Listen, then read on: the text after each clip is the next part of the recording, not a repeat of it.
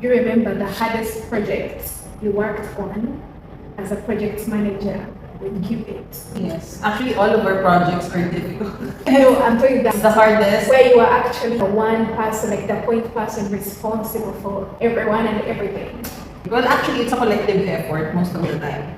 But the hardest for me, I'd say, the one we did in Abu Dhabi, and we stayed on site for 36 hours, no sleep, because we have a very tight timeline. To complete the project. Yes, and everyone is under pressure. Our client is under pressure. Their end client is under pressure. And yeah, I think having no sleep adds to the stress for sure. Even now, when I'm thinking about it, I'm so surprised that I'm still alive. Because 24 hours is like a full day. Yes, exactly. And it was only me and another colleague, Diane, who are switching positions for overlooking the people, the food for the people, the timetable, everything, the passes. It's crazy, it's chaotic. But definitely, it was so surreal when we finished the project.